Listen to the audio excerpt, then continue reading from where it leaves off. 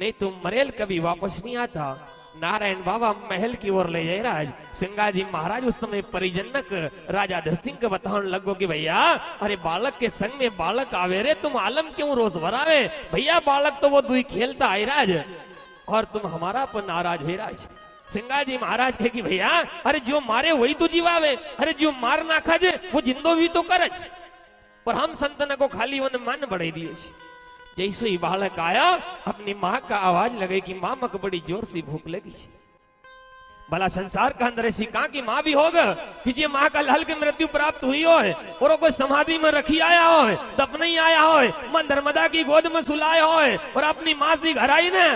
कोई खाना की सामग्री की मांग कर रहा है। जैसे ही बालक ने आवाज लगाया कि माँ मक बड़ी जोर से भूख लगी, उस समय सोनाबाई बाव विभोर हुई न दौड़ी और अपना लाल के गोद में उठायो, के दौड़ी ने गोदी में उठायो और सोनाबाई पूछने लगी कि मारा प्यारा हे लाल तू कहां से आयो। उस समय बालक ने बताया कि माँ मक सिंगा स्वामी ने लायो, माँ इस समय मक सिंगा जी बाबा लई काई राशि और यम राजा से छुड़ायो, माँ सहज मनी आयो और हे माँ हम यम न की यम नगरी भी देखी कायो को यमपुर देखी आयो मारी माई। उस समय नारायण बाबा ने सिंगाजी महाराज की लीला को वर्णन करते हुए अपनी माँ से कहो कि माँ सिंगाजी बड़े हैं रे समर्थ और यम राजा ने उनकी देखी थी अजमत माँ मग सिंगाजी बाबा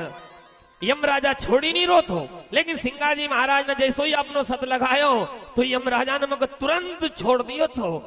और माँ तुम्हारी गोदी में आई कवठी गो। माँ और पुत्र की ऐसी वार्तालाप बाद विचार चल रहा। सिंगाजी महाराज ने उस समय नारायण बाबा को कहो कि भैया अपना के यहाँ से एक से अच्छो अब जाना का अवसर मिलना को भी नहीं, क्योंकि दशहरा पूजा को समय है रोज। नारायण बाबा श्याम गिर बाबा सिंगाजी महाराज जैसे ही वहां से 3 का 3 संतान तर ध्यान हुआ और जैसे ही रानी सोनाबाई की दृष्टि अपना बालक से हटी और सिंगाजी महाराज का ओर गई और सिंगाजी महाराज जब नजर नहीं आया अपना लाल का गोदी से दूर धकेल दियो और अपना स्वामी राजा धरसिंह का चरण नम रानी सोनाबाई गिरीगी और कहने लगी कि हे स्वामी संत बड़े थे रे गुणवंत, महलों में आए थे स्वामी संत बड़े थे गुणवंत है स्वामी, ऐसा गुण का अगला संत जिनने सजीवन करी नहीं शुद्ध घर लाया, अरे जिनको है रे स्वामी निरालो पंत है स्वामी, ऐसा महापुरुष को अपना ग्राम का अंदर अपना क्षेत्र का अंदर अपना महल का अंदर कोई सम्मान नहीं होयो। ये ग्रामवासी न परिजन न ऐसा महापुरुष को अपमान करो अपमानित करो। एक बार स्वामी आपसे हमारी करबंद प्रार्थना छे कि एक बार वो संत का फिर वापस बुला ले हो। राजा धरसिंह का चरण नम रानी सोनाबाई विलाप करते हुए बोली कि स्वामी गोविंद का गुण सकल बखाने, साग भरया है रे पुराने, वेद शास्त्र गुणवाद हरि का, पर हे स्वामी वो संत की लीला को है नहीं अंत और महलों में आए थे संत है बड़े गुणवंत है स्वामी, जब लग वो संत का दर्शन नहीं करूंगा तब लग हम जल ग्रहण भी नहीं करूंगा। राजा धरसिंह रोन लगो, सिंगाजी महाराज से प्रार्थना करने लगो कि हे गुरुदेव महाराज ऐसा कौन सा पुनः जन्म का और पाप था, ऐसा कौन सा हमारा दुर्विचार दुर्व्यवहार जो जिनको भुगतान करना का लिए ये रानी ने ऐसी प्रतिज्ञा ली, अभी आपने दुख को निवारण करे बालक मरेल के जिंदो करे हो। अब वो बालक की मां मरग क्योंकि ये प्रतिज्ञा कर ली अगर कभी जल ग्रहण नहीं करेगा तो यह जीवित रहेगा कैसी, क्योंकि हमारा संसार का अंदर 3 हाट बताया गया है, बाल हाट, योग हाट और तिरिया हाट। ये अगर तीनों अपना हाथ ठान ले तो अपना प्राण दाव पर लगे दे, लेकिन कभी अपनो हाथ नहीं छोड़ता। रानी सोनाबाई ने ऐसी प्रतिज्ञा जब करी तो सिंगाजी महाराज का निवास और राजा धरसिंह का निवास की दूरी कोई जरा हो तो थी नहीं। राजा धरसिंह फिर रोने लगो कि कौन भयो अपराध गुरुजी मारो, कौन भयो रे अपराध। हे गुरु महाराज ऐसा हमारा और कौन सा पुनः पाप था कि अभी आपने बालक जिंदो करे हो, अब हमारी घरवाली मरी जाएगी, ये बालक की मां मरग। ये कहते हुए राजा धरसिंह कहे कि दादा मुख मेलो तो आप तुम्हें कराड़ो यातन करग घात और ये अर्धांगनी जलपान तजते गुरुदेव हट हटेली नार गुरुजी मारो कौन भयो अपराध। राजा धरसिंह कहे कि दादा दीपक का भी ना सुनो दिवाले माउत भी ना है गजराज,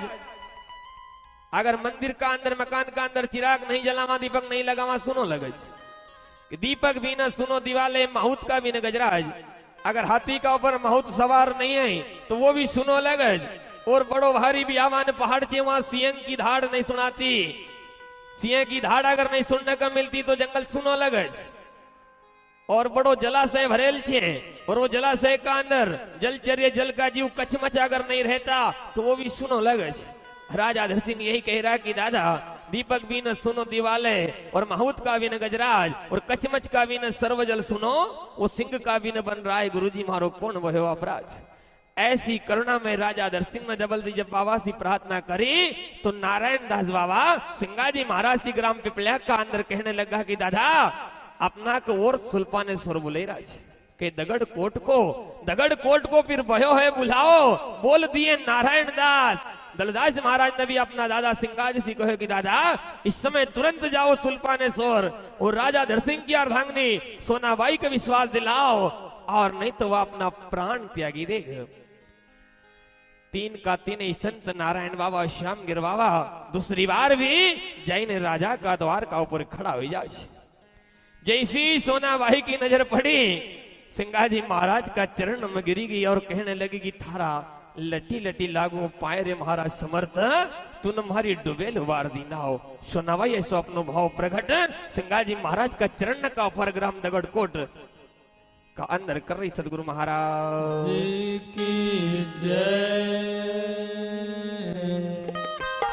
उधर लटी लटी लागू पाए मर सामरत डूबी उबारी नावरे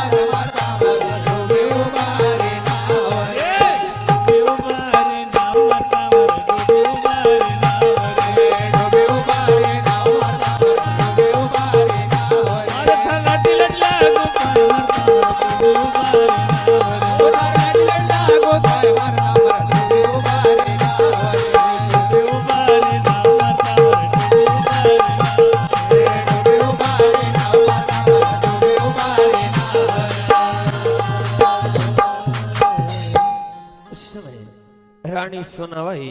गुरु सिंगा जी महाराज का चरण का ऊपर गिरी न और ऐसी करुणा में प्रार्थना कर रहे कि थारा लटी लटी ने लागू रे पाए महाराज समर्थ तूने मारी आज डूबे